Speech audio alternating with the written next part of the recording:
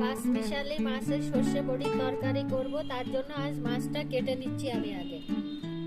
এই যে মাছটা দেখুন, মাছটা কাটছি। কমপ্লিট। এরপরে মশলা টশলা করে রান্না করব। পাঁচমিশালি মাছের সর্ষে বড়ির তরকারি এখন আমি মাছটা ভেজে নেব। তেল দিয়েছি কড়াইতে, তেলটা গরম হলে মাছটা তেলে দেব।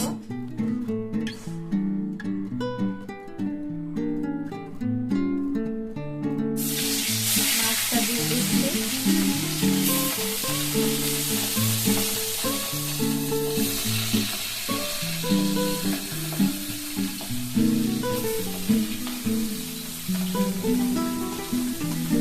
মাছটা ভাজা হলে আমি এখানে একটু পেঁয়াজ বাটা আর আলু ছোট করে কেটে নিয়েছি, এটা দেবো। একটু পেঁয়াজ কুচি, লঙ্কা কুচি আর এই যে সর্ষে যে কাঁচা লঙ্কা দিয়ে বেটেছি, এর জলটা উপরে দেবো। তার জন্য পেটে গন্ডগোল হবে না, খোসাটা যাবে না।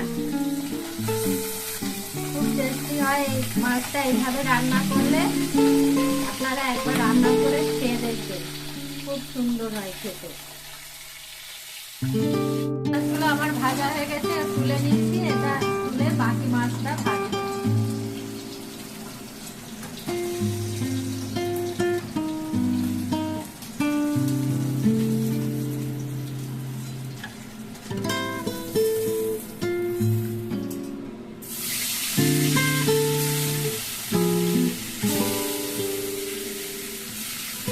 হয়ে গেল, এই তুলে নিচ্ছি।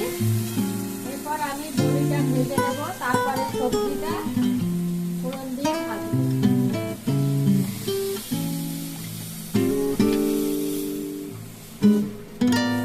চিংড়ি মাছটা অল্প ভেজেছি, কারণ চিংড়ি মাছ বেশি ভেজে নিলে রাবার রাবার হয়ে যায়, খেতে ভালো লাগে।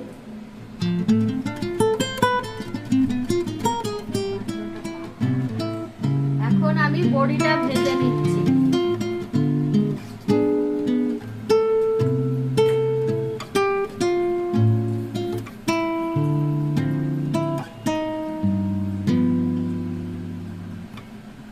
বড়িটা ভাজা হয়ে গেছে, বড়িটা তুলে নিচ্ছি।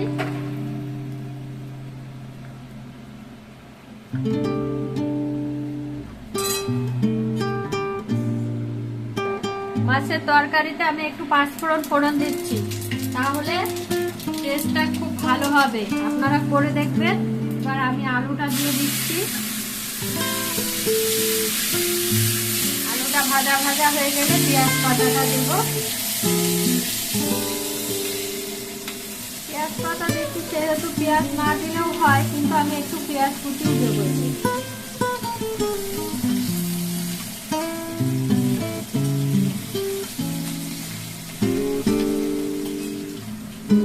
পেঁয়াজটা দিয়ে দিচ্ছি, পেঁয়াজটাও দিয়ে দিলাম এবং পেঁয়াজ পাতাটাও দিয়ে দিচ্ছি।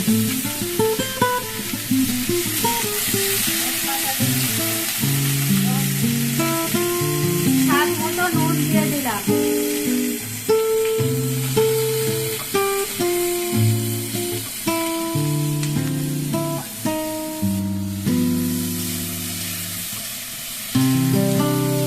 দিয়ে দিচ্ছি কয়েকটা কাঁচা লঙ্কা চেরা দিয়ে দিলাম। এবার মাছ আর বড়ি ভাজাটা দিয়ে সর্ষে বাটার জলটা দেব। মাছ বড়ি ভাজা দিয়ে দিয়েছি, এবার সর্ষে বাটার জলটা করে দেবো, যাতে খোসাটা না পড়ে। এভাবে করে খেলে গ্যাস অম্বল কিছুই হবে না। আর একটু জল দেবো।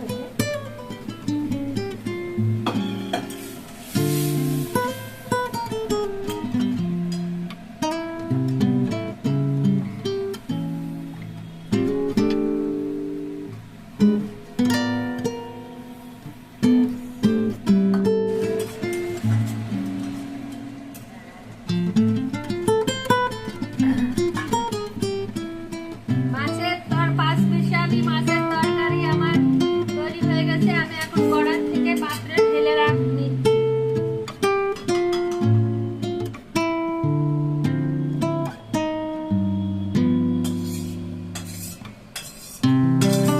আপনারা চাইলে এটা সর্ষের গুঁড়ো বাটা মশলা দিয়ে করলে বেশি টেস্ট হয়।